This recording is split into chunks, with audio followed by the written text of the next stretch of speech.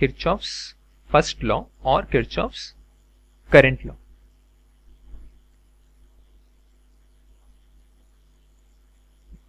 So also known as, in short, KCL. Okay. Now this law, Kirchhoff's current law, is based on the junctions law. Okay. So sometimes it is also known as junction law. Okay. So since we are talking about junction, we'll be discussing only the points on an electrical network wherein more than two conductors meet or more than two branches meet. Okay. Suppose I consider a section of a conductor wherein more than two branches meet. Suppose I'll take example, okay, of a conductor, okay, wherein 4 branches passes through that conductor, or 4 branches passes through that point. Okay. Suppose I assume that some of the currents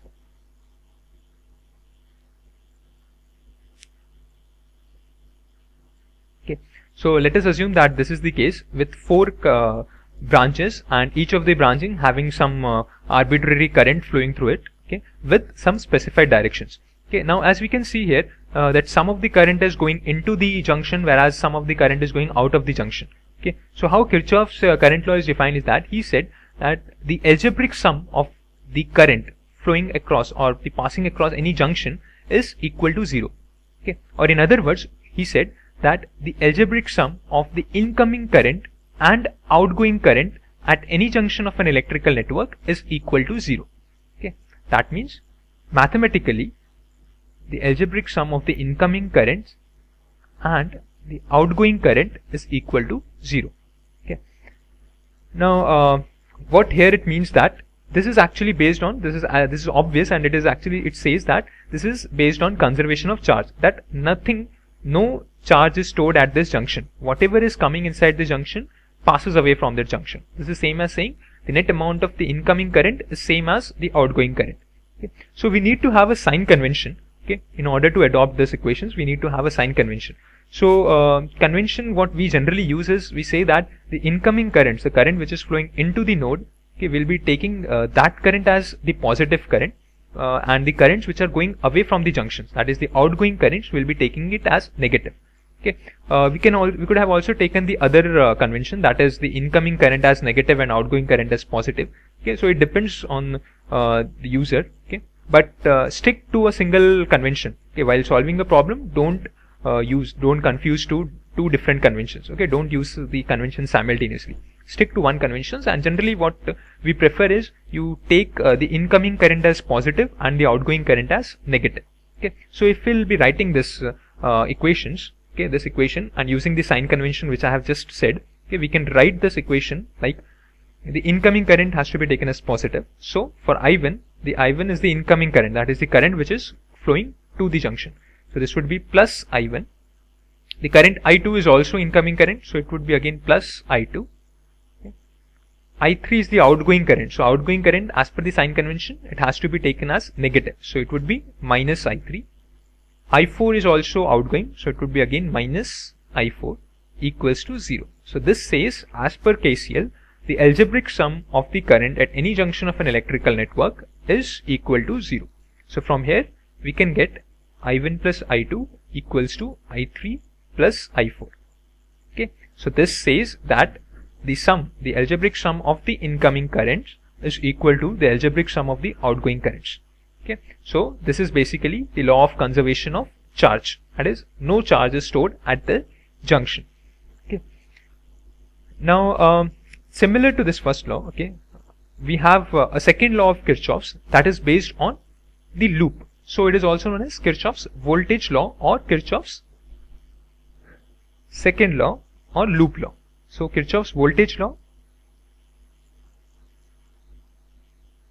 or KVL or loop law. Okay, since we would be using loop, okay, so let us assume that we have a circuit. Okay, we have suppose we consider again that arbitrary circuit of ours which we have taken it previously.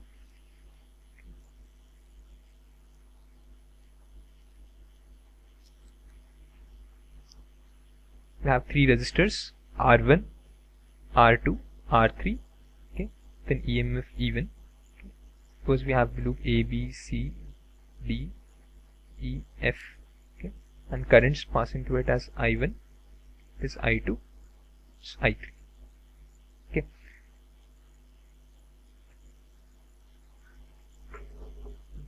me rub this part.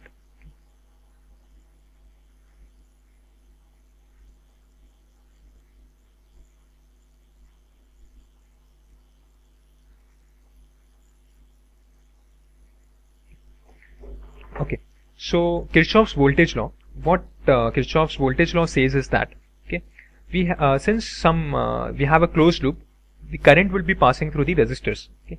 Now since the current is flowing through the resistor, there would be some potential drop across the resistor. So this law generally relates the EMF of the cell with the potential drop across the resistor, and this says that in any closed network of an electrical network, if we'll consider any closed loop of an electrical network, the algebraic sum of the EMF and the potential drop across the resistance is equal to 0. That means mathematically it is said the algebraic sum of the EMF and the potential drop, okay, the potential drop is given by Ohm's law as V equals to IR. So V, the potential drop across the resistors, is equal to 0. Okay. Now since the potential is related to the work done or the energy, this law is basically the conservation of energy. Okay, that is the energy, if we'll consider any loop, the energy that is going inside the loop, the same amount of energy is coming out of the loop. Okay, that is no energy is lost. So this law is based on conservation of energy, and it says that the algebraic sum of the EMF and the algebraic sum of the potential drop across the resistor is equal to 0 for a closed loop. Okay. Now similar to KCL, we need to adopt some sign convention in order to solve this. Okay. So since we have two different parameters as EMF and potential drop, okay, which are conceptually two different things, so we will be adopting two different sign conventions, one for EMF of the cell and the other one for the potential drop across the resistors. Now if we'll consider the EMF of the cell, the sign convention says that, okay, before going to sign conventions, while solving for KVL, while solving for Kirchhoff's voltage law or loop law, we need to assume the direction in which we are traversing the loop. Okay, that means we need to assume a direction in which we will be moving across the loop. Okay, so let us assume that we move in clockwise direction across the loop. So suppose that this is our loop 2 and this is the loop 1, and suppose in both the loop I travel in clockwise direction. So this is the first assumption in Kirchhoff's voltage law, that we have to assume a direction either clockwise or anti-clockwise, it depends on the user, okay, which assumes this is actually an arbitrary direction of the current which we assume. Okay, so the sign convention is like this. If we'll go for the sign convention for EMF,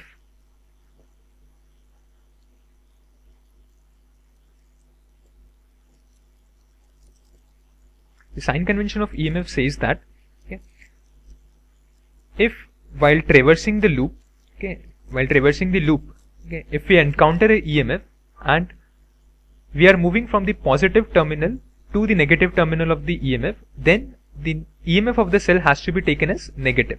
That means in this case, okay, when we are moving in this direction from left to right, the positive terminal comes first and then the negative terminal.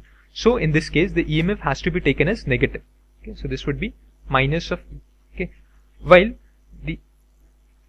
if we would have moved in the direction from negative terminal or the negative electrode to the positive electrode, in that case the EMF would have been positive, so it would be plus E. So this is the sign convention which we adopt for EMF.